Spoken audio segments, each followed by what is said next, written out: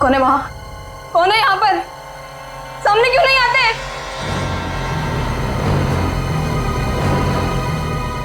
बस बहुत हो गया, बंद करो ये खेल, बंद करो ये खेल।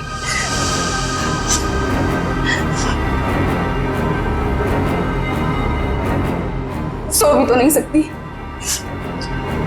अगर सो गई शायद फिर कभी नींद से उठ ही ना पाऊं। जूही, श्रुति तुमसे कितनी बार कहा है कि दरवाजा खटखटा के अंदर आया करो। ओ हेलो मैडम, ये गर्ल्स हॉस्टल है, किसी ऑफिस की बॉस का केबिन नहीं है। तुम नहीं समझोगी। जूही, क्या हुआ तुम्हें? इतनी चिड़चिड़ी और उखड़ी उखड़ी क्यों लग रही हो? जो इंसान 4 दिन से सोया नहीं हो ना, उसका बर्ताव ऐसे ही होगा ना। सोती क्यों नहीं? मैंने कहा था ना तुमसे, वो सिर्फ और सिर्फ सपने हैं, उनका कोई मतलब नहीं है। श्रुति, सिर्फ सपना नहीं है वो, जो मेरे ऊपर बीत रही है वो तेरे पर बीत रही होती तब तुझे मेरी तकलीफ पता चलती। मैं तेरी तकलीफ समझ रही हूँ जूही, लेकिन तू मेरी बात नहीं समझ रही है। जैसा तू सोच रही है वैसा कुछ भी नहीं है। नहीं, चल अच्छा, अब थोड़ी देर आराम कर। चल श्रुति नहीं, अब तो गहरी नींद में सो जा। मेरी बात मान जूही, सो जा थोड़ी देर। मैं नहीं सोऊंगी श्रुति। सो जा जूही, तुझे मुझ पे भरोसा है कि नहीं? है ना? तू अभी आराम से सो जा, मैं तेरे कमरे के बाहर ही हूँ। वो सपने फिर आएंगे श्रुति। नहीं आएंगे। Good night. साल भर पढ़ाई करते तो आज नौबत तो ना आती। मुझे बहुत डर लग रहा है यार, कुछ भी तो कंप्लीट नहीं हुआ है। मैं तो श्रुति से ना, श्रुति पता है मैं तुझे ही ढूंढ रही थी। मुझे तेरे नोट्स देना यार, वरना पता नहीं एग्जाम्स में क्या होगा। मुझे बहुत डर लग रहा है यार। मेरे भी नोट्स अधूरे हैं। अच्छा ऐसा करते हैं कि कल लाइब्रेरी जाके इकट्ठा नोट्स बना लेते हैं। तुम दोनों टेंशन क्यों ले रहे हो? अरे गर्ल्स, क्या हो रहा है? एग्जाम शुरू होने वाले हैं। चलो सब अपने अपने कमरे में जाओ और जाकर पढ़ाई करो, बहुत रात हो गई है। Yes madam.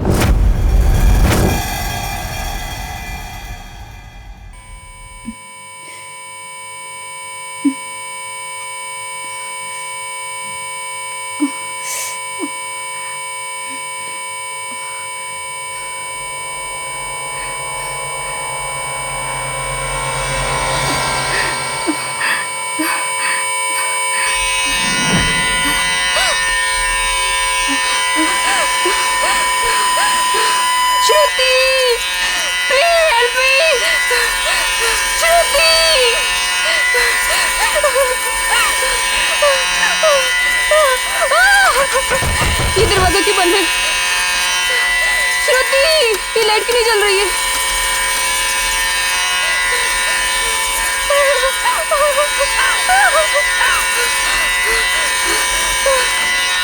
ये खिड़की क्यों जाम है?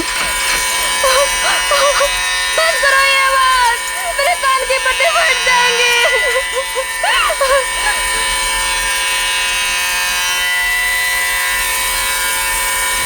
ये धुआं कहाँ से आ रहा है?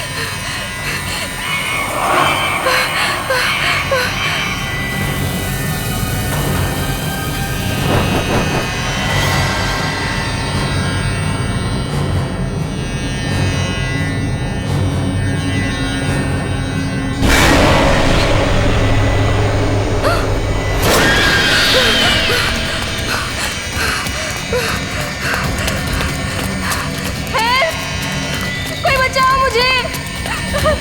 हेल्प! कोई है? बचाओ! Please help me! कोई है? कोई बचाओ मुझे!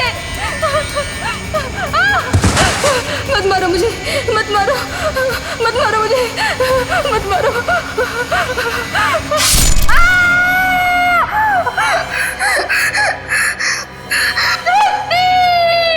ओह नो, ये तो जूही की चीख है। लगता है उसने वही पुराना सपना देखा है।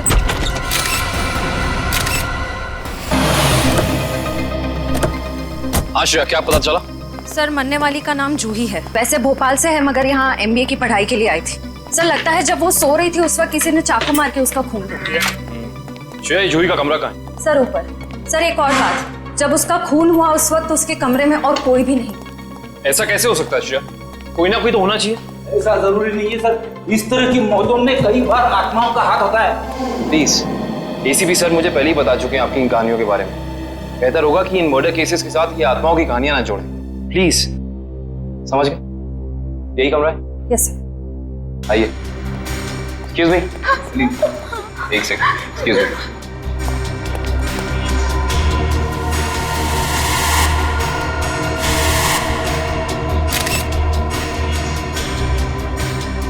श्रेया, यहाँ पे चाकू का सिर्फ एक ही घाव है। लगता है खूनी ने इतनी जोर से वार किया कि एक ही बार में जूही की मौत हो गई। हाँ सर, हमला भी शायद जूही की नींद में ही हुआ। बेचारी को अपने आप को बचाने का मौका भी नहीं मिला होगा। एक्सक्यूज मी, यहाँ पे सबसे पहले जूही की मौत का पता किसको चला? सर, सबको एक साथ ही पता चला था। हम यहाँ कॉरिडोर में थे, अचानक से जूही के कमरे से चीखने की आवाज आई और अंदर आके देखा तो जूही की जान जा चुकी थी। उस समय कमरे में जूही के साथ और कौन था? सर, उस वक्त जूही के साथ कोई नहीं था।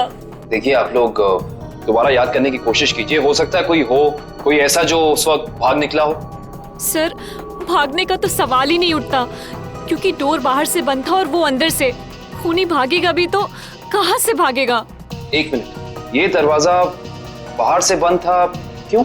सर, कई दिनों से जूही सो नहीं पा रही थी। अचानक नींद से जाग जाती थी और भागकर अपने कमरे से बाहर आ जाती थी। आज भी कुछ ऐसे ही हुआ।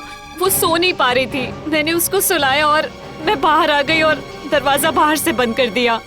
लेकिन इसे नींद क्यों नहीं आ रही थी?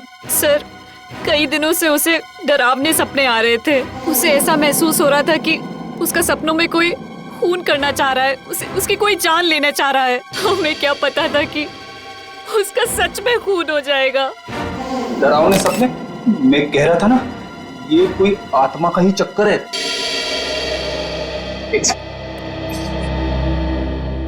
आपको कितनी बार बताया है कि आत्माओं की बातें सबके सामने मत किया करिए। वो लोग क्या सोचेंगे सीआईडी के बारे में? सॉरी। अच्छा, आप अभी कह रही थी कि जूही को डरावने सपने आते थे। कभी उसने आप लोगों के साथ कुछ शेयर किया कि उसे किस चीज के सपने आते हैं? कुछ भी? सर, उस ड्रॉर में जूही का स्केच बुक है। उस ड्रॉर में? जी सर।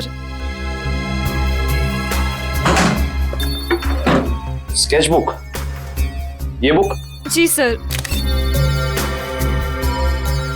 ये चाकू? सर, ये वही चाकू है जिसे लेकर कोई उसका पीछा करता था सपनों में, उसे मारने के लिए। ये देखो, ये चाकू बिल्कुल ऐसा ही है जिससे जूही का कत्ल हुआ। हाँ सर। ये सारी ड्राइंग्स जो हैं इस बुक में, ये क्या जूही अपने सपने में देखती थी? जी सर। सर, लगता है ये किसी अंदर वाले का ही काम है, जो कमरे के अंदर आसानी से आ सकता हो और जिसे जूही के सपनों के बारे में पता हो। क्या तुम्हारे अलावा और कोई ये स्केचबुक के बारे में जानता था? कोई नहीं। खूनी अगर इस दरवाजे से अंदर नहीं आया तो फिर इस कमरे में आया कहां से? इस बालकनी से। लेकिन बालकनी का दरवाजा तो अंदर से बंद है। अगर खूनी खून करके बालकनी से भागा है तो फिर ये दरवाजा अंदर से बंद कैसे? बालकनी का दरवाजा बंद, कमरे का भी दरवाजा बंद। कहीं जूही की आग? ये खूनी यहाँ आया कहां से, ये अभी पता चल जाएगा।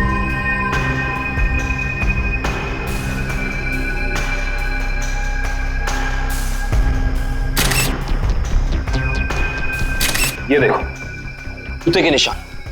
हो ना हो खूनी इसी बालकनी से चढ़कर आया। लेकिन बालकनी का दरवाजा तो अंदर से बंद था, तो फिर खूनी यहाँ ऊपर चढ़ के कमरे के अंदर आया कैसे होगा? ये भी पता चल जाएगा फ्रेडी जी। बस एक बार जूही के मौत के कारण पता चल जाए, कुछ तो होगा यहाँ, कोई सबूत कुछ तो होगा। इधर देखो, ये पाइप, इसी वाटर पाइप से चढ़कर खूनी इस बालकनी तक आया है। यहाँ के वॉचमैन से मिलना पड़ेगा। माफ कर दिए साहब, गलती हो गई। इसे गलती कहते हो तुम? एक इंसान गर्ल्स हॉस्टल की बालकनी में चढ़ जाता है, अंदर कमरे में जाके खून कर देता है और तुम्हें कुछ पता भी नहीं चला। बस साहब, 15 मिनट के लिए मेरी आंख लग गई थी। मैं सपने में भी ऐसा नहीं सोच सकता था कि उस दौरान ऐसा कुछ हो जाएगा। तुम्हारी 15 मिनट की लापरवाही की वजह से एक लड़की की जान चली गई। उसकी जिंदगी लौटा सकते हो तुम?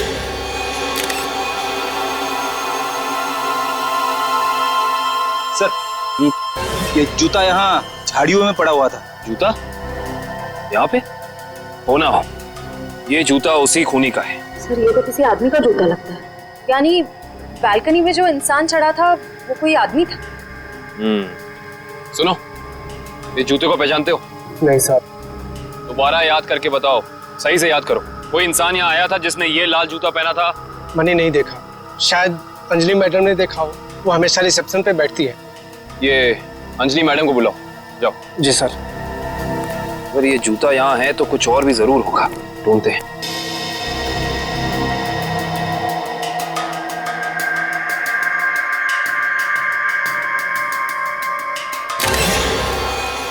इस तरफ ये जूतों के निशान। एक जूते का निशान थोड़ा गाढ़ा है और दूसरे का हल्का। ये वाला गाढ़ा है। इसका तो एक ही मतलब है, ये जूता जिसका भी है वो इंसान लंगड़ा के चल रहा था। वो लंगड़ा के इसलिए चल रहा था क्योंकि जब वहां बैल्कनी से वो नीचे आया उसे चोट लग गई, फिर वो यहाँ से भागा और यहाँ पे जूता रह गया। हाँ साहब, मैं ही अंजलि हूँ। आपने मुझे बुलाया? जी अंजलि जी, हमें आपसे कुछ सवाल पूछने थे। जी। अंजलि जी, आपने इस लाल जूते को देखा? मेरा कहने का मतलब है किसी इंसान को इसको पहनकर यहाँ आते हुए देखा, लंगड़ाते हुए? हाँ साहब, मैंने देखा था। मनीष लंगड़ाते हुए जा रहा था। मनीष? ये मनीष कौन है? जूही का दोस्त है। अंजलि जी, जब वो यहाँ आया, ये गर्ल्स हॉस्टल है राइट, आपने उसको रोका नहीं? मैंने उसे रोका पर वो रुका ही नहीं। और क्या? मनीष अक्सर जूही से मिलने हॉस्टल आया करता था, पर कुछ दिनों से उन दोनों के बीच में अनबन चल रही थी। किस बात को लेकर अनबन चल रही थी? मुझे उस बारे में कुछ पता नहीं। कोई बात नहीं, अब तो इस बारे में हम मनीष से ही पूछ लेंगे।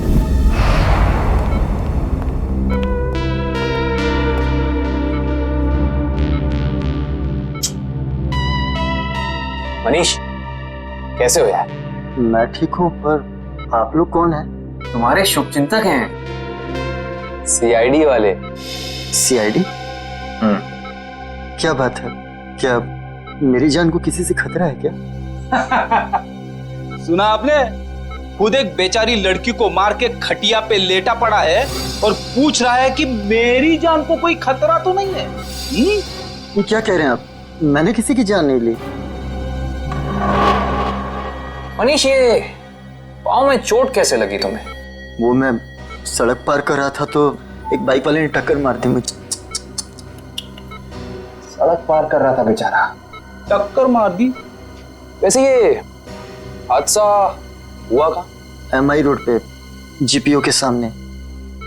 जीपीओ के सामने? तभी तो। वैसे अगर ऐसा था तो ये लाल रंग का जूता जो तुम्हारा है, हमें पता है जीपीओ के सामने मिलना चाहिए था। पर कमाल की बात देखो, ये जूता हमें स्वर्णिमा गर्ल्स हॉस्टल के बाहर मिला। कैसे? मेरा जूता वहां कैसे पहुंचा? देखो मनीष, हमसे झूठ बोलकर कोई फायदा नहीं है। सच निकालने के और कई तरीके आते हैं। बेहतर होगा हमें सब सच बता दो। क्यों मारा तुमने जूही को? क्या जूही की मौत हो गई? खून हो गया उसका। क्यों गए थे तुम वहां? देखिए, मैं जूही के बालकनी में गया जरूर था, लेकिन मैंने जूही को नहीं मारा। इतनी रात को तुम वहाँ क्या करने गए थे मनीष? मुझे उससे बात करनी थी। ऐसी कौन सी बात थी जो तुम दिन के उजाले में नहीं कर सकते थे, जिसके लिए तुम्हें रात के अंधेरे का सहारा उठाकर चोरों की तरह पाइप से चढ़कर उसकी बैल्कनी तक जाना पड़ा? मैं उससे माफी मांगना चाहता था। दरअसल मैंने उसके दोस्ती को प्यार समझने की गलती की थी, लेकिन जब मैं वहां पहुंचा तो मैंने देखा कि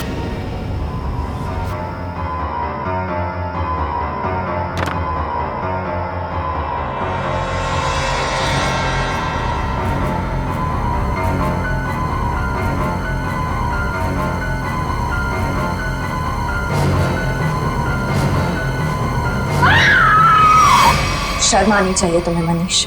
उसकी मदद करने की बजाय तुम वहां से भाग गए। यही है तुम्हारा प्यार? अगर किसी ने वहां मुझे देख लिया होता तो इल्जाम तो मुझे पर आता ना। देख तो तुम्हें लिया ही था। अंजलि जी ने तुम्हें रोकने की कोशिश भी की पर तुम रुके नहीं। ये सब छोड़ो, हमें ये बताओ कि जब तुम वहां थे तो उस वक्त कमरे में और कौन था? मैंने वहां किसी को नहीं देखा। हेलो, क्या? एक और खून? कहाँ पे?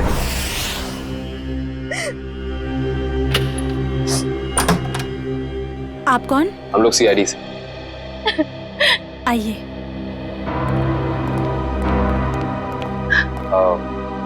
आप कल्कि जी हैं ना? जी सर, मैंने ही आपको फोन किया था।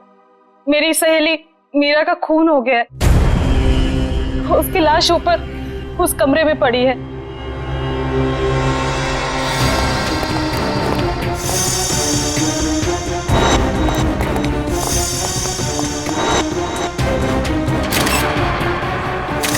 श्रेया, ये चाकू तो बिल्कुल वैसा ही लग रहा है जैसा जूही की मौत में यूज हुआ था।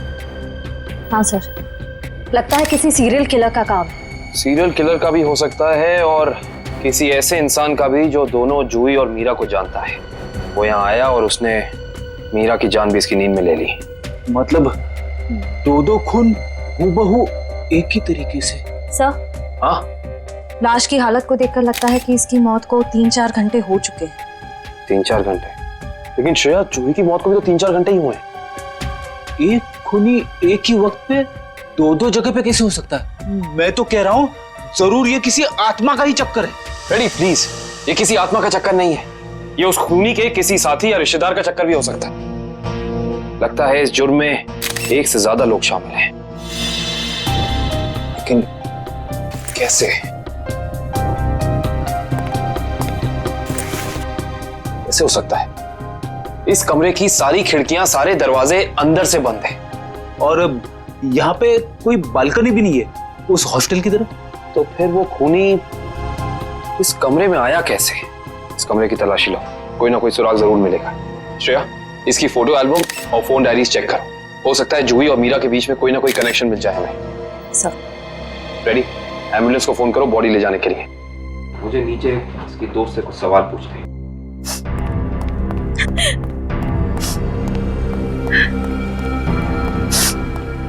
कल्कि जी, जी, आपको मीरा की मौत के बारे में कब पता चला?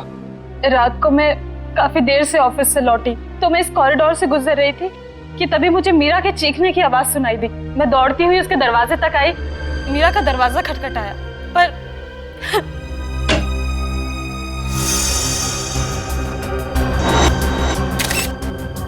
फिर क्या हुआ? मेरा मतलब जब आप यहाँ आई तो ये दरवाजा खुला था कि बंद था? दरवाजा बंद था तो मुझे वॉचमैन को बुला के दरवाजा खुलवाना पड़ा। कल्कि जी, जब आप यहाँ पे आई तो आपको यहाँ इस घर में कोई भी निकलते हुए यहाँ से दिखा, भागते हुए दिखा? नहीं।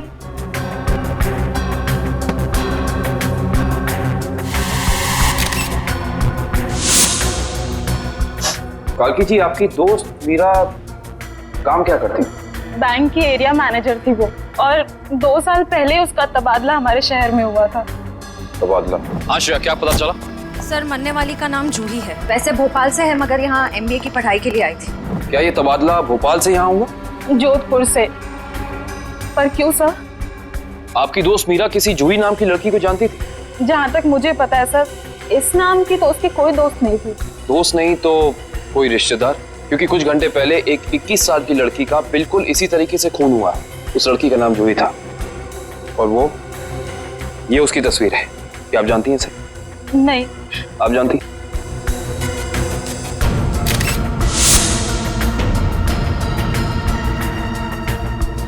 ये क्या हो रहा है हमारे शहर में? आम आदमी तो बिल्कुल भी सुरक्षित नहीं है। कल्कि जी, आपको किसी पे शक है? I mean, आपकी दोस्त मीरा की किसी से कोई दुश्मनी, कोई अनबन? उसका कोई दुश्मन नहीं था सर। मीरा तो बहुत ही सुलझी हुई लड़की थी। अच्छा, ये तस्वीर देखिए। इस आदमी का नाम मनीष है। क्या आप इसे जानती हैं? नहीं सर। सर, आशा, मैंने मीरा के सारी डायरीज, सारे एल्बम्स चेक किए। मीरा और जूही के बीच कोई कनेक्शन नहीं है, कोई संबंध नहीं है। कोई ना कोई संबंध तो जरूर है, वरना ये खूनी सिर्फ इन्हीं दोनों लड़कियों को निशाना क्यों बनाएगा? कुछ तो है जो हमें समझ नहीं आ रहा है। कल्कि जी, क्या कुछ दिनों से मीरा किसी बात को लेकर परेशान थी? हाँ सर, कुछ दिनों से उसे डरावने सपने आ रहे थे। डरावने सपने? मीरा को भी डरावने सपने आ रहे थे? हाँ सर, बस कहती रहती थी कि उसका कोई खून करना चाहता है।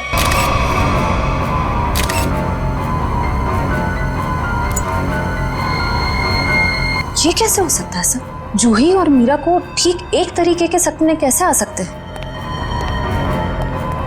सर, खूनी के अंदर आने का रास्ता तो नहीं मिला है, लेकिन ये स्क्रू मिला है मीरा के बेड के नीचे से।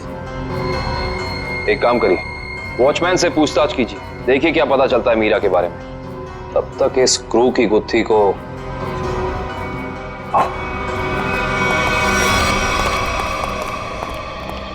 करण, रेडी को ये स्क्रू कहाँ मिला था? सर वहां उधर। इधर ये स्क्रू हाँ आया कैसे होगा? हाँ ले आओ, संभाल के। इश्ता, श्रेया,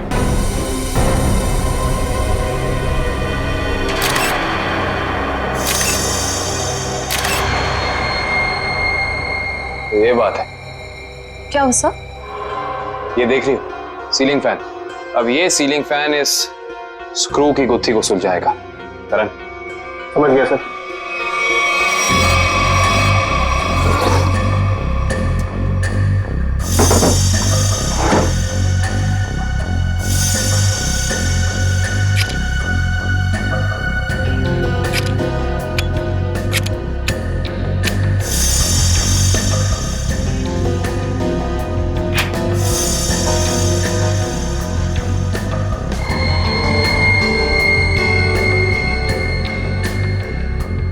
फैन को उल्टा करो।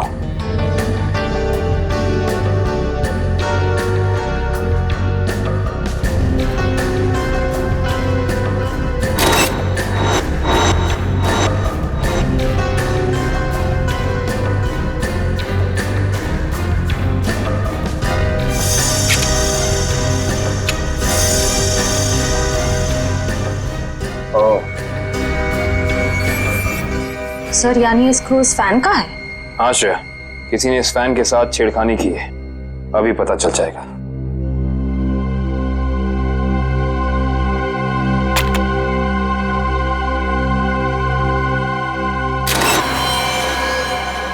ओह माय गॉड, तो ये बात है, मतलब चाकू इसके अंदर था, इसके अंदर से इस मैकेनिज्म के जरिए चाकू सीलिंग से नीचे गिरा मीरा के पेट में और उसकी मौत हो गई। अब समझ में आया, तो ये कारण है जिस वजह से खूनी इस कमरे में नहीं था, उसकी जरूरत ही नहीं थी, उसका काम तो ये सीलिंग फैन कर रहा था। इसका मतलब जूही के कमरे में भी बिल्कुल ऐसा ही सीलिंग फैन होगा जिसके अंदर सेम मैकेनिज्म फिट होगा। वहां भी चाकू सीलिंग से गिरा और जूही की मौत हो गई। सर हो सकता है खूनी ने रिमोट कंट्रोल के जरिए इस चाकू को कंट्रोल किया हो सकता है। और सवाल यह है श्रेया कि खूनी को कैसे पता चला कि सही वक्त रिमोट बटन दबाने का कौन सा था? हाँ सर, क्योंकि ना तो हमें मीरा के कमरे से कोई कैमरा मिला, ना ही जूही के कमरे से, जिससे ये पता चले कि खूनी दोनों लड़कियों पर नजर रख रहा था। वो भी पता चल जाएगा इस सीलिंग फैन के चाकू के मैकेनिज्म के जरिए। क्या ये मीरा और जूही, इन दोनों के बीच में कोई ना कोई संबंध तो जरूर है, कोई ना कोई संबंध तो जरूर है। मगर सर दूर दूर तक इन दोनों के बीच कोई संबंध नजर तो नहीं आ रहा। इन दोनों के उम्र में बहुत फर्क है, उनके रहन सहन, तौर तरीके, ये जूही का कॉलेज और मीरा के काम करने की जगह, आपस में कहीं भी कोई तालमेल नहीं है सर। सर, हाँ सर, वो फैन और चाकू का मैकेनिज्म रेडी है। चलो देखते हैं।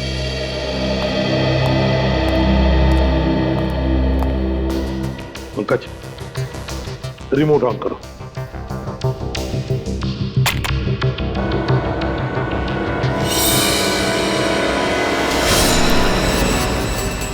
मतलब जैसे ही रिमोट का बटन दब गया, इस फैन के मैकेनिज्म के अंदर जो इंफ्रारेड लाइट थी वो ऑन हो गई, लॉक खुल गया और उसकी वजह से ट्रिगर ऑन हो गया। ट्रिगर ऑन होने से इसके अंदर जो छुपा के रखा था चाकू, वो सीधा नीचे गिर गया, सीधे उसके शरीर के अंदर जो फैन के नीचे सोया हुआ था।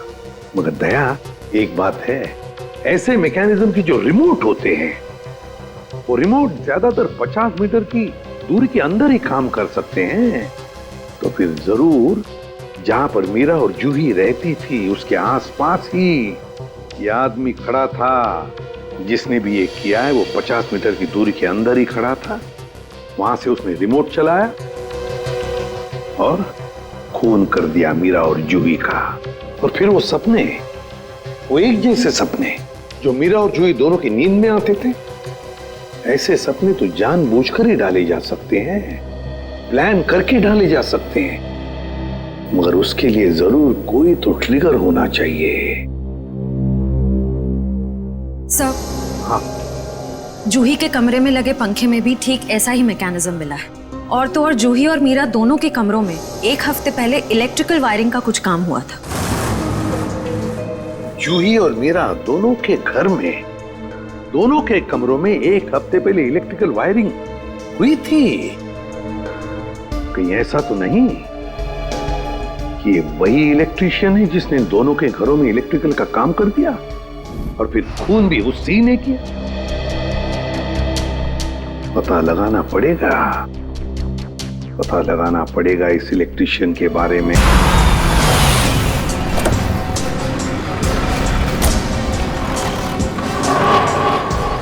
भाई साहब, हम लोग सीआईडी से। सीआईडी से? क्या हुआ साहब? हमें पता लगा है कि पिछले हफ्ते आपका एक इलेक्ट्रिशियन वायरिंग करने के लिए इस एड्रेस पे गया।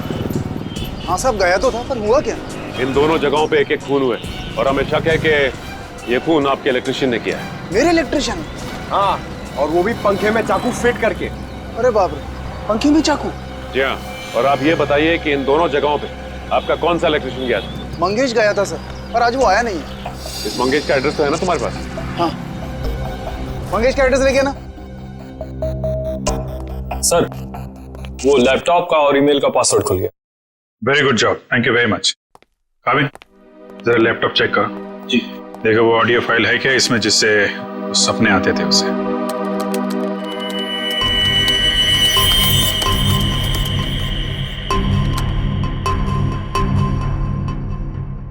सर, इस कंप्यूटर में कोई ऑडियो फाइल नहीं है। हाँ, लेकिन मीरा के ईमेल अकाउंट में एक वीडियो फाइल दिख रही है। Video file? खोलो खोलो इसे जरा।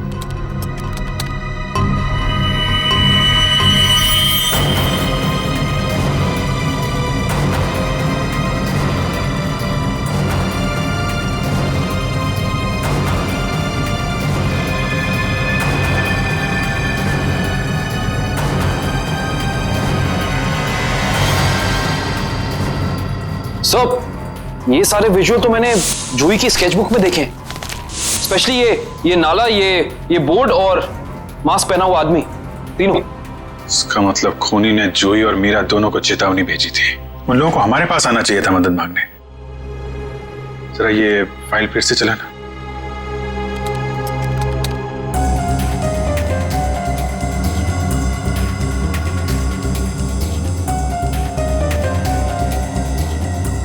बॉस, बंजारा रोड जो शहर के पश्चिमी हिस्से में है ना? Yes sir. मतलब जो कुछ हुआ है बंजारा रोड पे ही हुआ है। ठीक है, ओके सर। उस इलेक्ट्रिशियन मंगेश का जो पता मिला था वो नकली है सर। कोई बात नहीं, स्केच बनवाओ उसका और अपने डेटाबेस में चेक करो। बंजारा रोड, वहां जाके देखना पड़ेगा। सब लोग बाहर ध्यान रखना।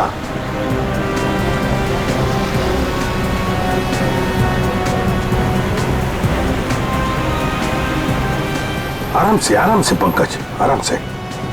एक मिनट।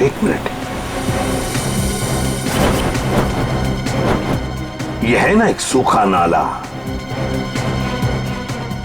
नाला है और वो रहा पेड़। सूखा नाला और उसमें वो पेड़। जरा आगे चलकर देखते हैं।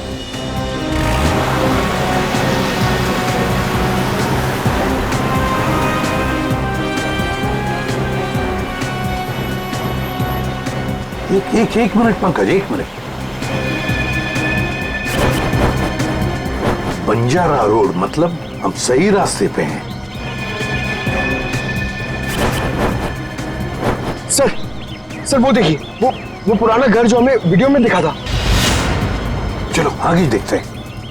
अगर खूनी इस जगह का वीडियो बना के मीरा और जूही को भेज क्यों रहा था? हाँ, शायद उन दोनों को अपने अतीत का याद दिलाने के लिए। मगर सर मैंने पता किया सर, सर इस बंजारा रोड पे आज तक एक क्राइम नहीं हुआ है, यहाँ तक कि पुलिस ने एक चालान तक नहीं काटा है। सर पूरी बिल्डिंग। हाँ वो क्या, रॉयल मून होटल ले लो ना।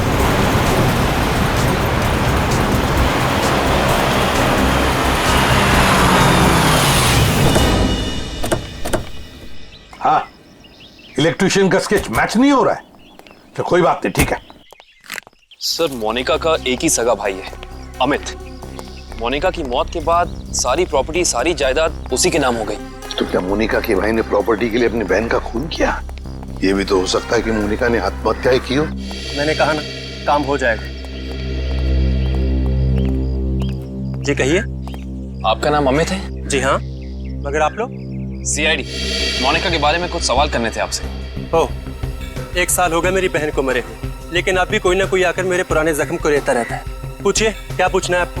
देखिए अमित जी, हम आपका दुख समझ सकते हैं, मगर क्या करें, 2 खून हुए, इसलिए आपकी बहन के बारे में कुछ सवाल करने आए हम लोग। 2 खून? मगर किसके? जूही और मीरा का। ये दोनों आपकी बहन मोनिका के दोस्त थे ना? हाँ, बदकिस्मती से ये मेरी बहन के दोस्त थे। बदकिस्मती से? क्यों? वैसे तो मीरा और जूही तुम्हारी बहन की बहुत फिक्र करते थे। अगर सच में उन्हें मेरी बहन की फिक्र होती तो वो फिर से उसे ड्रग्स की खाई में ना धकेलते। क्या वो दोनों फिर से मोनिका को ड्रग्स की लत लगाना चाहते थे? हालांकि वो दोनों खुद ड्रग्स से छुटकारा पाना चाहते थे। मुझे नहीं पता कि वो आदत से छुटकारा पाने आए थे या दोबारा ड्रग एडिक्ट्स को बढ़ावा देने, लेकिन इस काम में एक और भी था उनके साथ। हाँ, विशाल। विशाल? ये विशाल कौन? विशाल जूही और मीरा को ड्रग्स देता था और ये बात मोनिका जान गई थी, लेकिन जब लोगों को पता चला कि मोनिका को उनका राज पता है तो उन्होंने उसे फंसाने के लिए उसके बैग में ड्रग्स डाल दी। वो पकड़े गए, उसके ऊपर पुलिस केस भी हुआ। वो ये सदमा बर्दाश्त नहीं कर सकी और उसने आत्महत्या कर ली। सर कोई तो है जो मोनिका की मौत का बदला ले रहा है। जूही और मीरा पहले ही मर चुकी हैं, अब अगला नंबर शायद विशाल का। अमित, कल रात तुम कहाँ थे? आप मुझ पे शक कर रहे हैं? क्या करें, शक करने की आदत जो है हमें। और फिर तुम तो अपनी बहन के सबसे करीबी हो ना। मुझसे ज्यादा करीबी तो उसका मंगेतर था, रणविजय। दोनों ने जन्मों जन्मों तक साथ रहने की कस्में खा रखी थी। रणविजय? ये रणविजय यही है ना? हाँ यही तो है वो, लेकिन रणविजय का स्केच आपके पास कैसे? हो सकता है मीरा, जूही और मोनिका की मौत का राज रणविजय जानता हो। Thank you Ranvijay. सब हो रहा विशाल का घर। विशाल की जान को खतरा हो सकता है।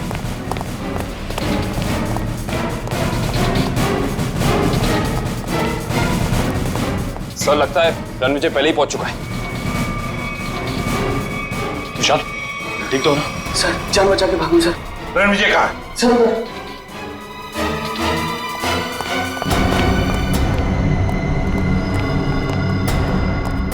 यहाँ तो कोई भी नहीं है। सर शायद यहाँ से भागा होगा। रणविजय! कोई मत हिलना, इसको मारूंगा नहीं तो। छोड़ दो उसे, छोड़ दो। देखिए वैसे तो मुझे सीआईडी वालों से काफी लगाव है, पर अगर सीआईडी ने मेरे साथ कोई होशियारी की ना तो ये बात मुझे अच्छी नहीं लगेगी। चाकू नीचे फेंक दो, फेंक दो चाकू। डरो मत, कुछ नहीं करूंगा तुम्हारे इस मोटू ऑफिसर को। मोटू मत बोल, टाइटिंग कर रहा हूँ आजकल। देखो मुझे अपना काम करने दो। बेवकूफी मत करो, नहीं बच पाओगे तुम। अरे बचना किसको है, एक बार मैं इस विशाल को मार दूं, भले मुझे फांसी हो जाए, फिर मुझे मंजूर है। देखो रणविजय, ये सब करने से क्या मोनिका वापस आएगी? भले ही वापस ना है, लेकिन मेरी बदले की आग तो पूरी होगी। इन तीनों ने रातों की नींद उड़ा दी थी मोनिका की, इसलिए मैं भी इनके साथ वही कर रहा हूं। इन्हें तड़पा तड़पा कर मारूंगा मैं। देखो रणविजय, मोनिका के साथ जो कुछ भी हुआ ठीक नहीं हुआ। इन तीनों की वजह से बेचारी को जेल जाना पड़ा, बदनामी हुई। नहीं, रात रात भर सो नहीं पाती थी वो, बुरे बुरे सपने देखकर जाग जाती थी। ये विशाल ने मोनिका का बंजारा रोड पे पीछा किया था उसे मार डालने के लिए, इसलिए मैंने भी इन्हें पहले बुरे बुरे सपने दिखाए और अब मैं इन्हें मौत की नींद सुला रहा हूं। रणविजय, ये तुम क्या करने जा रहे हो? विशाल को उसके किए की सजा कानून देगा। अरे कानून का क्या गया, प्यार तो मैंने अपना खोया है ना।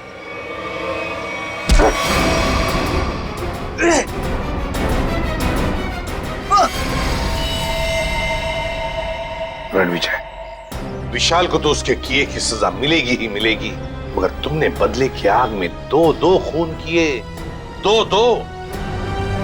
तुम्हें तो शायद फांसी ही होगी, फांसी।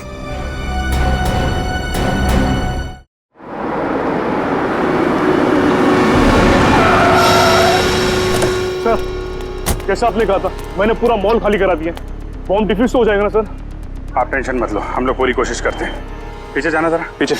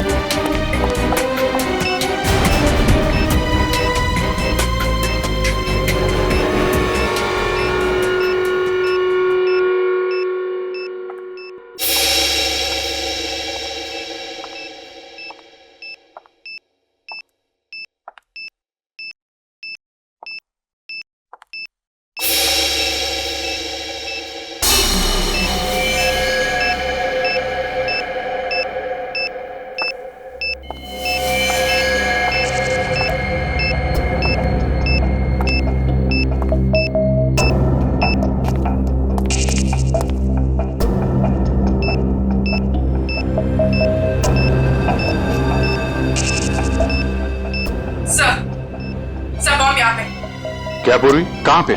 Second floor. सर, आप लोग आगे हैं, जरा देखना।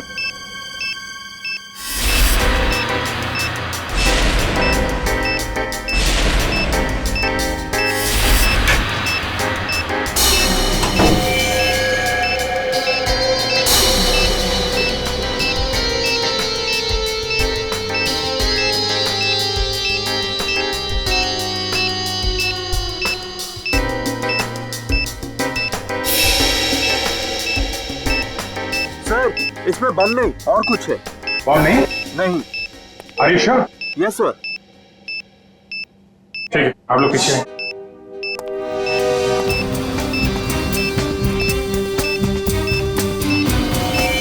सर, संभाल के।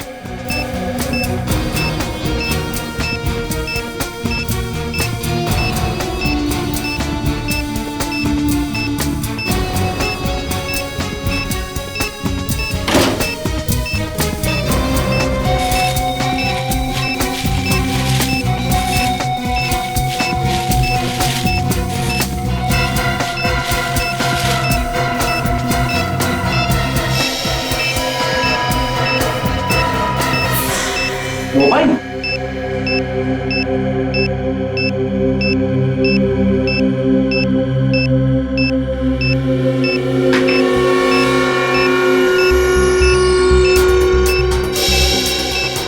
सिम कार्ड नहीं है, मेमोरी चिप है। इसमें देखते हैं क्या है।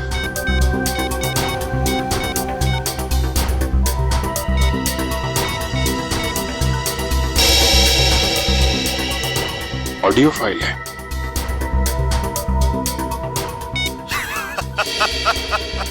अभिजीत बाबू, कैसे हो?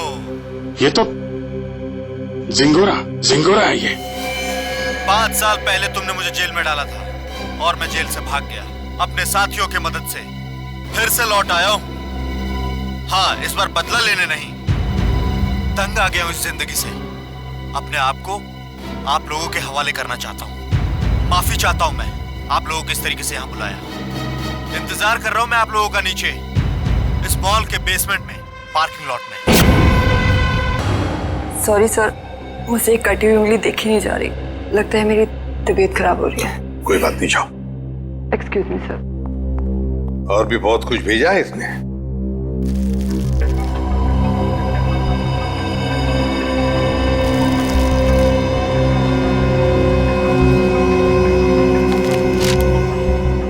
चिट्ठी है सर। क्या लगा तुम सीआईडी वालों को सिंगोरा इतनी आसानी से खुद को कानून के हवाले कर देगा? ना ना, कुत्ते की पूंछ सीधी हो सकती है पर सिंगोरा कभी नहीं। खैर, वैसे मैं इतना बुरा भी नहीं हूं जितना कि तुम सीआईडी वाले मुझे समझते हो। शहर में कहीं एक जुर्म हुआ है, जुर्म की तहकीकात कर ली है मैंने और वहां पड़े सबूत तुम्हें तोहफे में भेज रहा हूं। खूनी को पकड़ सकते हो तो पकड़ लो। सर, ये जिंगोरा चाहता क्या है?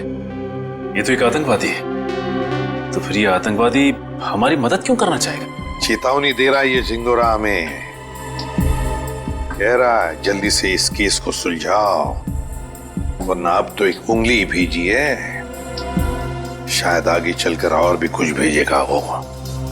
मगर सर, हमें तो पता ही नहीं कि ये जुर्म हुआ कहाँ है। ये जिंगोरा तो हमें बस गोल गोल घुमा रहा है। हम ये केस सॉल्व कैसे करेंगे सर? इन सबूतों के जरिए जो जिंगोरा ने हमारे लिए भेजे हैं।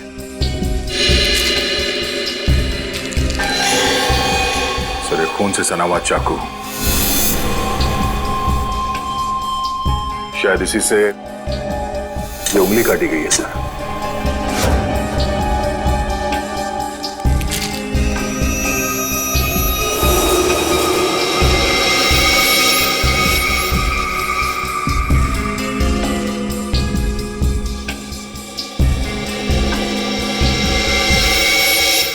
ये तो घंटी है, विंडचाइम की घंटी, और इस पर भी खून लगा हुआ।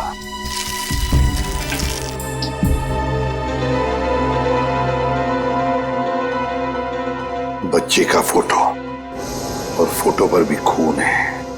सर, कहीं इस बच्चे को कुछ हो तो नहीं गया?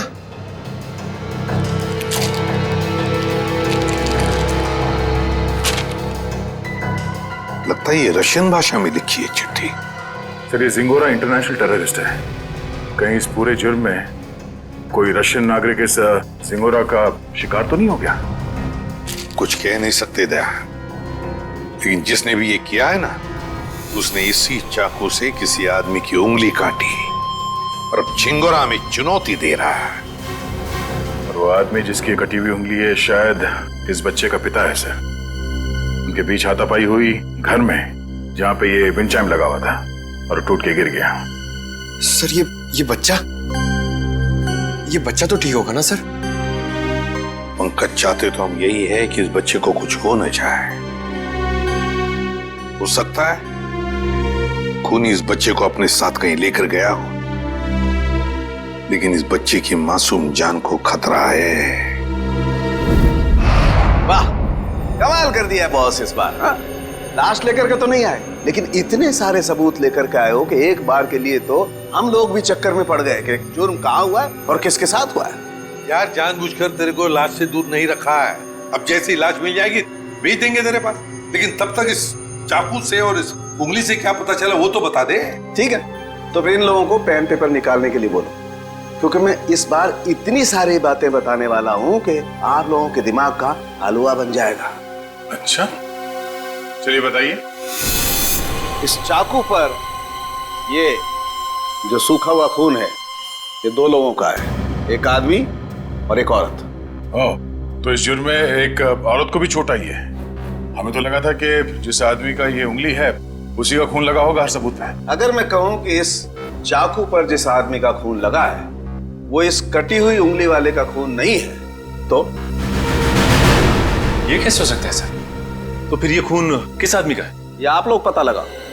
मैं आप लोगों को सिर्फ ये बता सकता हूं कि इस चाकू पर जो खून लगा हुआ है वो खून इस कटी हुई उंगली को छोड़कर बाकी के सभी सबूतों पर मौजूद है। एक मिनट सड़के, तेरे कहने का मतलब है कि ये विंडचाइम, ये रशियन चिट्ठी और ये फोटो, इन तीनों पर जो खून लगा हुआ है वो उसी आदमी का खून है जो इस चाकू पर है। करेक्ट। और वो औरत का खून? उस औरत का खून सिर्फ इस चाकू पर लगा हुआ है, आदमी के खून के साथ मिक्स्ड है। बाकी के किसी भी सबूत पर, किसी भी जगह पर उस औरत का खून मौजूद नहीं। मतलब जिस आदमी की उंगली कटी है उसका खून चाकू पर जिस आदमी का खून है उससे अलग है। हाँ। इसका मतलब सर ये कटी हुई उंगली इस चाकू से नहीं काटी गई है, किसी और चाकू से काटा गया। नहीं दया, उंगली तो इसी चाकू से काटी गई है, इस ही चाकू से। यार सालों के तू घुमाना फिराना बंद करो, साफ साफ बता। सर खूनी ने ये वाली उंगली काटी इसी चाकू से। उसके बाद उसने ये वाला चाकू पानी से धो दिया और इस पे जो खून के निशान थे वो मिट गए। फिर उसने और 2 लोगों पर हमला किया, एक आदमी और एक औरत पर। और अब जो चाकू पे निशान है वो उनके हैं। मतलब 2 आदमी और एक औरत पर हमला हुआ है इस गुनाह में। सर कहीं ऐसा तो नहीं कि इस खूनी ने पूरे परिवार को ही मार दिया, माँ बाप और बच्चे को? नहीं दया, प्लीज ऐसा मत कहो। इन बाकी के सबूतों पर एक बच्चे का खून लगा हुआ है, ये सोच करके भी रूह कांप जाती है। अब मगर इस चाकू पर उंगलियों के निशान तो होंगे ना? हाँ सर, 2 निशान मिले, एक आदमी का और एक औरत का, लेकिन वो निशान हमारे क्रिमिनल डेटाबेस से मैच नहीं करते।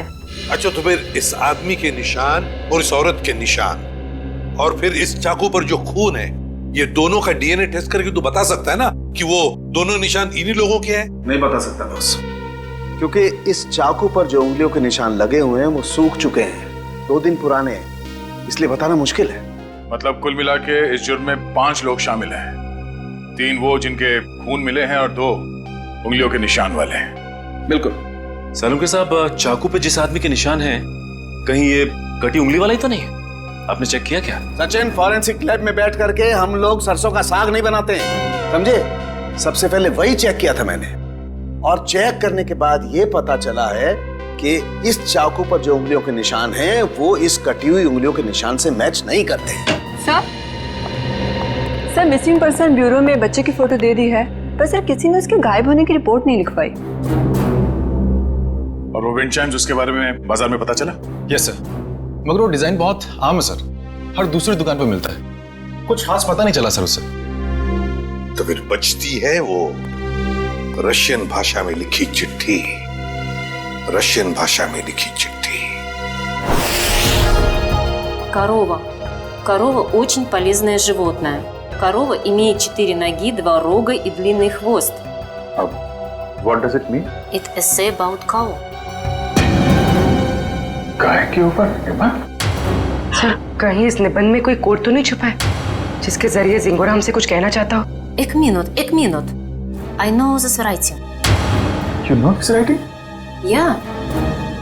Aditi, please come here.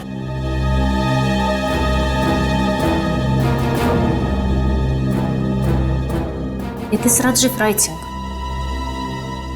हाँ सर, ये तो राजीव की ही राइटिंग है। राजीव? ये राजीव कौन है? सर एक्चुअली राजीव हमारे साथ पढ़ता था और वो और उसकी वाइफ शिल्पा इधर रशियन सीखने आती थी, पर पता नहीं 2-3 दिन से वो आ नहीं रहे। अच्छा, तो जरा फोन लगाना। गौतम देख जरा कॉल लगा।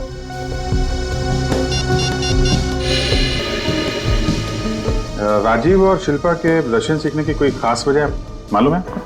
एक्चुअली सर राजीव के ऑफिस वालों ने ना राजीव का रशिया ट्रांसफर कर दिया है, इसलिए राजीव और उसकी वाइफ दोनों हमेशा हमेशा के लिए रशिया जाने वाले हैं।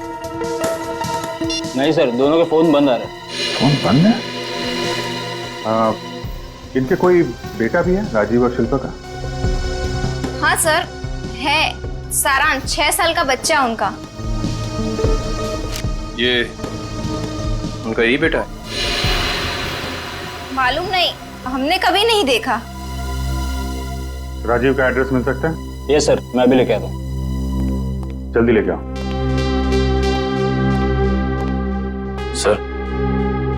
सर मुझे लगता है इस घर में कुछ बहुत भयानक मिलने वाला है।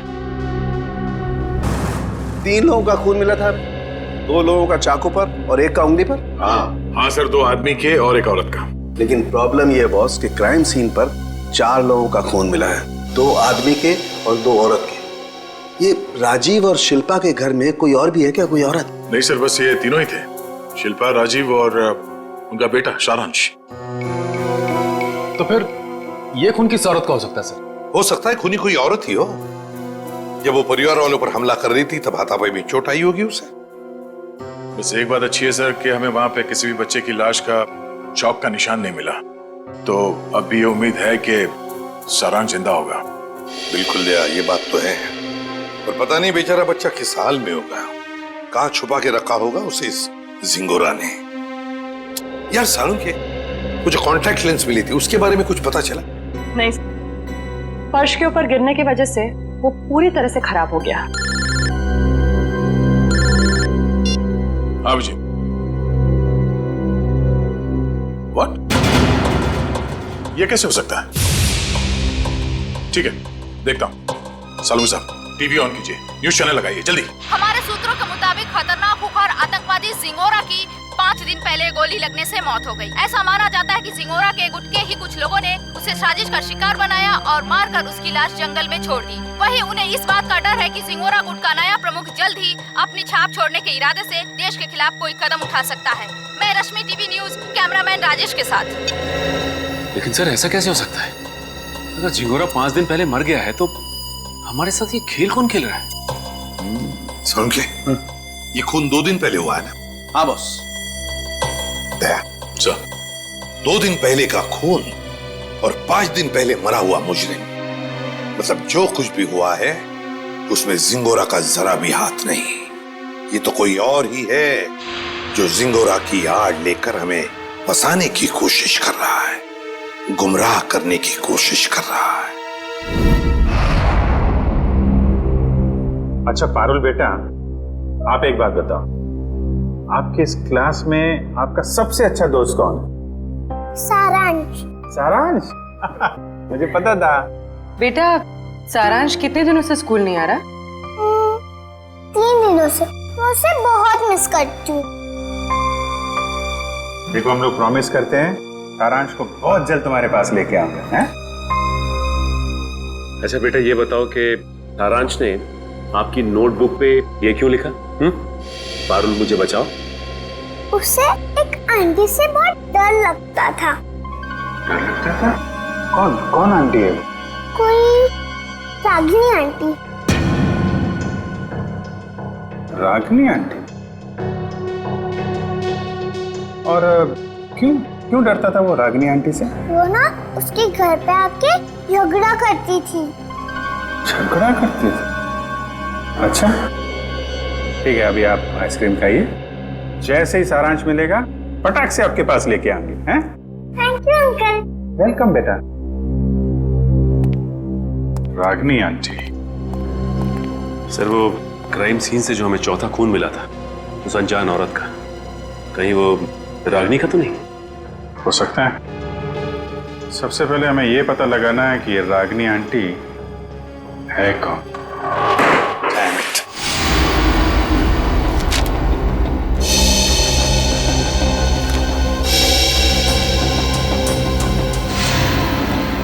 नहीं सर, मोबाइल कंपनी से राजीव और शिल्पा दोनों के पिछले 1 साल के रिकॉर्ड चेक कर लिया हमने। न कभी किसी रागिनी का फोन आया था और ना ही कभी किसी रागिनी को फोन किया गया था। सर, राजीव और शिल्पा के घर से जो टेलीफोन डायरेक्टरी मिली थी उसमें रागिनी का कहीं भी नाम नहीं सर। ये भी तो हो सकता है ना कि रागिनी राजीव और शिल्पा की दोस्त ना हो, बल्कि किसी दोस्त की दोस्त हो, या फिर ऑफिस की कलीग भी तो हो सकती है। रागिनी? नहीं सर, यहां पर इस नाम की कोई भी लड़की काम नहीं करती। अच्छा एक बात बताइए, क्या शिल्पा का ऑफिस में किसी के साथ कोई झगड़ा वगड़ा था, कोई दुश्मनी थी? नहीं सर, यहाँ पर ऐसी कोई बात नहीं है। हम सब यहाँ पर एक परिवार की तरह काम करते हैं। अच्छा, पिछले कुछ दिनों में आपके ऑफिस में कोई छुट्टी पे गया है? हाँ सर, 14 मई 14 मई से प्रेम काम पे नहीं आ रहा है। 14 मई? सर, शिल्पा और राजीव की वेडिंग एनिवर्सरी और उसी रात को उनका खून हुआ था। ये प्रेम काम पर क्यों नहीं आ रहा है, कुछ बताया उसने? पता नहीं सर, वो तो अपना फोन भी नहीं उठा रहा। बस उसने ईमेल पर अपना इस्तीफा भेज दिया। अचानक नौकरी छोड़ने की कोई वजह भी नहीं बताई उसने। ईमेल पे अपना इस्तीफा भेज दिया? हाँ सर, एक और बात, पता नहीं आपको इससे फायदा होगा या नहीं, पर प्रेम की पत्नी का नाम रागिनी है। क्या? रागिनी? प्रेम की बीवी का भी नाम रागिनी? जिसकी उम्मीद थी वही हुआ। प्रेम है ही नहीं घर पे। इस गुनाह में उसका हाथ जरूर है। एक्सक्यूज मी, किसे ढूंढ रहे हैं आप लोग? प्रेम और रागिनी का घर यही है ना? हाँ। कुछ अंदाजा है आपको रागिनी और प्रेम कहाँ गए? पता नहीं, 2-3 दिन से तो देखा नहीं। पर आप लोग कौन हैं? हम लोग दोस्त हैं उनके। आप लोगों को पहले यहाँ कभी देखा तो नहीं है? वो एक्चुअली हम लोग इस शहर में नए हैं।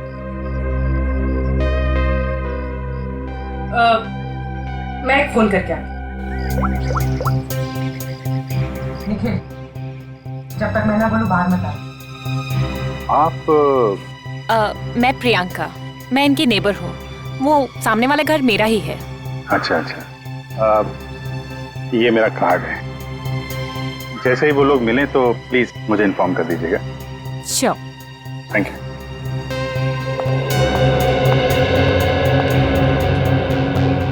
निखिल, बाहर आ जाओ।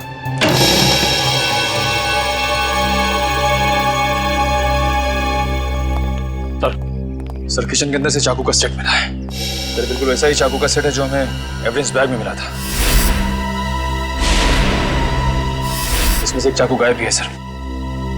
मतलब इस सब के पीछे प्रेम का ही हाथ है। हाथापाई में उसकी एक उंगली कट गई। छुप के कहाँ बैठा है ये प्रेम? रागिनी, मुझे लगता है तुम्हें अपने गुस्से पर काबू रखना चाहिए। जो कुछ भी हुआ था तुम्हारी वजह से हुआ था। मेरी वजह से? मैंने क्या किया? तुम गुस्सा होती है तो तुम खुद को पता नहीं होता तुम क्या कर रही हो। मैम, आपका ऑर्डर। क्या है ये? हमारे रिसोर्ट की तरफ से आपके लिए कॉम्प्लीमेंट्री। Oh, thank you.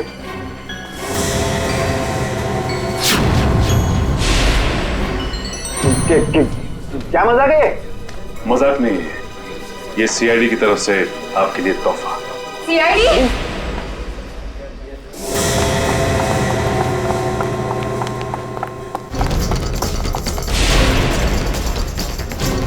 जल्दी में हो? हैं? भाग कहाँ रहे हो?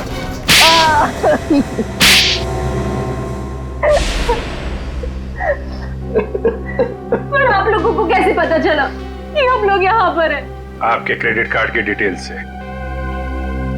शिल्पा और राजीव का खून करने में उंगली कट गई तुम्हारी, हैं? सर, मैंने कुछ नहीं किया। किसी ने मेरी उंगली काटी और राजीव का खून भी इसी ने किया। पापा, मम्मी को तैयार होने में कितना टाइम लगता है? बेटा बहुत टाइम लगता है आपकी मम्मी को। शिल्पा,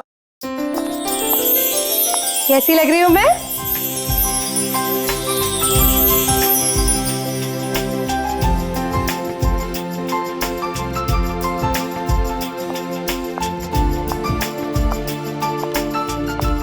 ठीक उतनी ही खूबसूरत जितनी 10 साल पहले। मम्मी पापा, आप दोनों की शादी को 10 साल हो गए हैं। हाँ बेटा। मगर मैं तो सिर्फ 6 साल का हूँ। कोई बात नहीं, 4 साल बाद आप भी 10 साल के हो जाओगे। अरे अब तुम कहाँ जा रहे हो? I have surprise for you। मैंने रशियन में तुम्हारे लिए कुछ लिखा है, मैं तुम्हें दिखाता हूँ। चलो चलो देखते हैं। अरे इस वक्त कौन आ सकता है? तुमने किसी को बुलाया था क्या? नहीं। मैं देखती हूँ। ओके।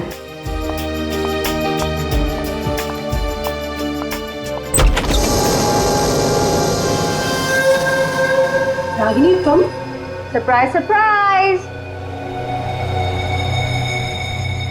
ओह वाओ, एनिवर्सरी की तैयारी चल रही है। वैसे बिन बुलाए आने के लिए माफी चाहती हूँ, पर इतनी भी बदतमीज नहीं। ऐसे खास मौके पर खाली याद आ जाओ। ये लो तुम्हारा एनिवर्सरी के। ओ कम ऑन, हैप्पी एनिवर्सरी। बेटा आप अपने कमरे में जाओ, ठीक है? हम आपको थोड़ी देर में बुलाते हैं, ठीक है?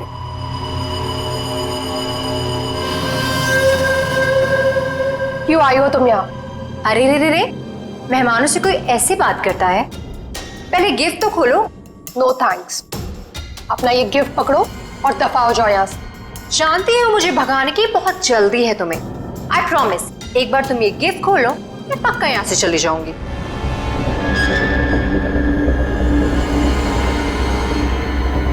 ठीक है।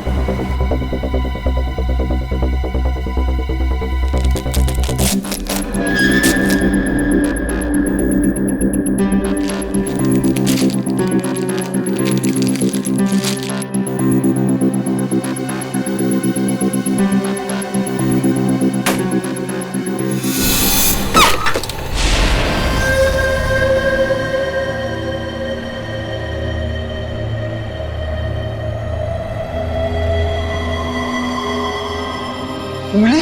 हाँ, उंगली, रिंग फिंगर, मेरे हस्बैंड की। मुझसे बेवफाई की काफी भारी कीमत चुकानी पड़ी उसे। मैं अपनी पति की उंगली काट दी।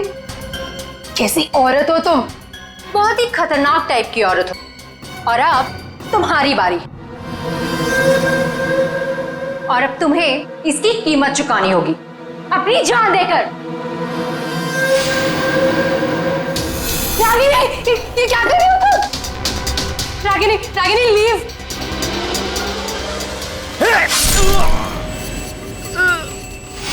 राजीव, राजीव, राजीव, ये क्या किया तुमने?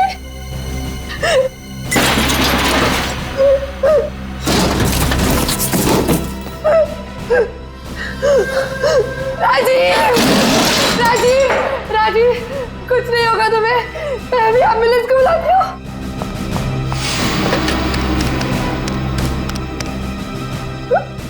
एम्बुलेंस अब तुम दोनों की लाशें ले जाएगी।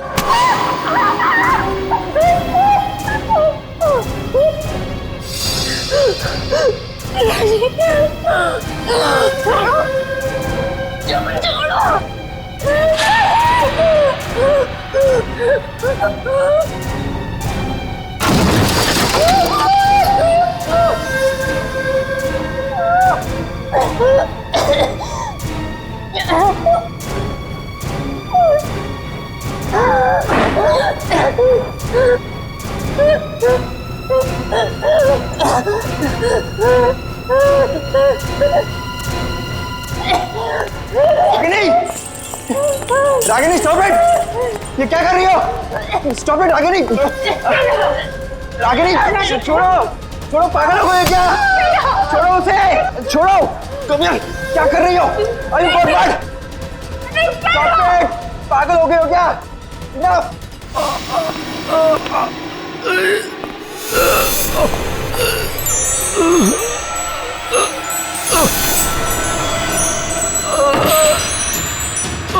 Please stop it Ragini! तुम मारोगी कैसे? Stop it, stop it! Rajiv, Rajiv, उठो Rajiv.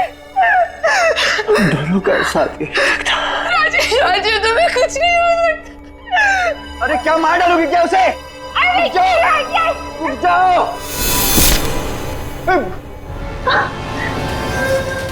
Sorry, sorry Ragini.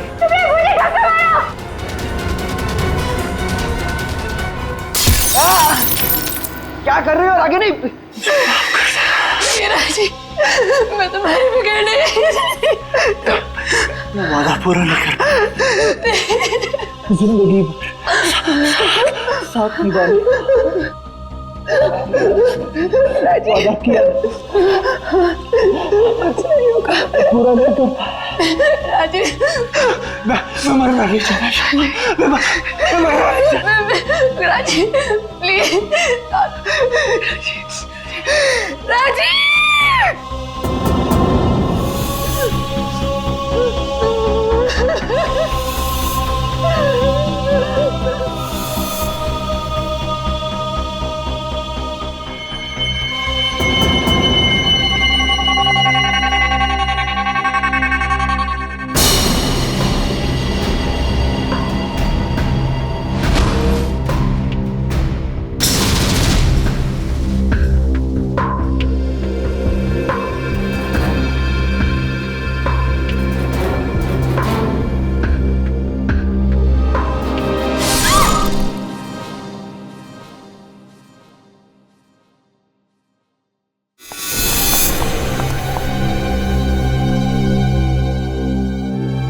My God, ये क्या हो गया?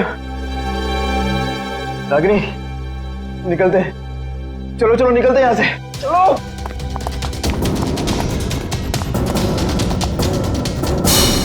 शिल्पा तो मुझसे प्यार भी नहीं करती थी, सिर्फ मैं उसे पसंद करता था, और इसी की वजह से ये रागिनी ने उसकी जान ली।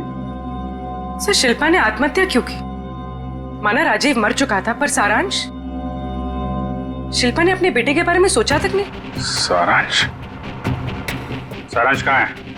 क्या किया तुम लोगों ने उसका? हम लोगों ने कुछ नहीं किया सर, हम तो वहां से भाग निकले थे। और वो चुनौती, जिंगारों का नाम लेकर चुनौती भरी चिट्ठियां क्यों भेज रहे थे हमें?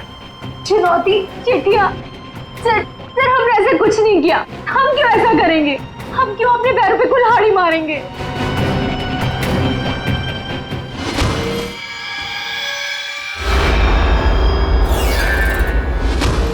कि तुम लोगों में से कोई लेंस पहनता है क्या? नहीं तो। नहीं सर। शिल्पा या राजीव? नहीं सर, शिल्पा तो नहीं पहनती थी। तो वो लेंस जो हमें क्राइम सीन पे मिला था, कहीं उस खिलाड़ी का तो नहीं जो ये चुनौती का खेल खेल रहा है? और मुझे पता चल गया है वो खिलाड़ी कौन है।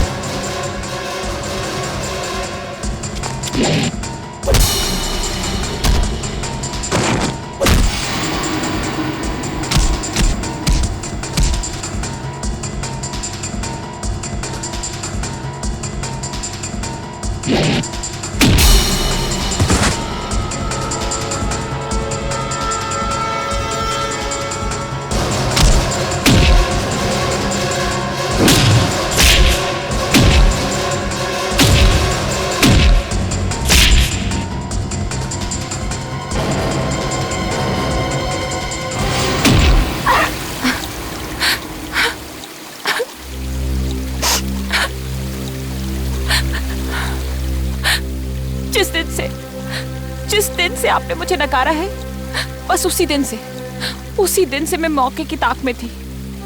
और फिर मैंने रागिनी का वो प्लान सुना और बस उसके पीछे पीछे शिल्पा के घर पहुंच गई। फिर उन दोनों के वहां से चले जाने के बाद मैंने क्राइम सीन की इन्वेस्टिगेशन की।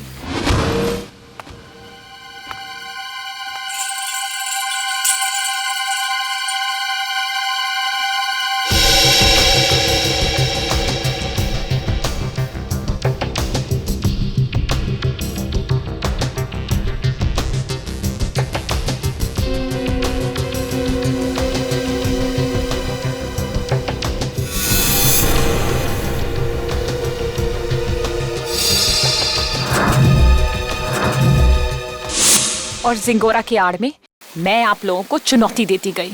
ये तो तुम्हारी बदकिस्मती कि जिंगोरा के मरने की खबर हमें मिल ही गई। बस तभी मेरा प्लान फेल हो गया, वरना उसे ढूंढने के चक्कर में आप लोग सब उलझे रहते। और वो जिंगोरा की आवाज वो कैसे निकाली? अभिजीत बाबू कैसे हो? जिंगोरा है एक डबिंग आर्टिस्ट से। अगर वाकई तुम में सीआईडी बनने का हुनर होता ना, तो उन दो बेचारे राजीव और शिल्पा, उन दोनों की जानें बचाती, सबूतों का इंतजार नहीं करती। बताओ कहां इन दोनों की लाशें? जंगल में दफना दी। और सारांश? मुझे नहीं पता। झूठ मत बोलो। जब प्रेम और रागिनी वहां से भागे थे तो सारांश अपने कमरे में ही था। क्या किया उस मासूम के साथ तुमने?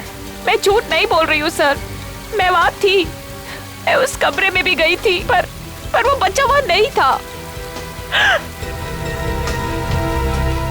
अभिजीत, अगर ये सच कह रही है तो फिर सारांश है कहां?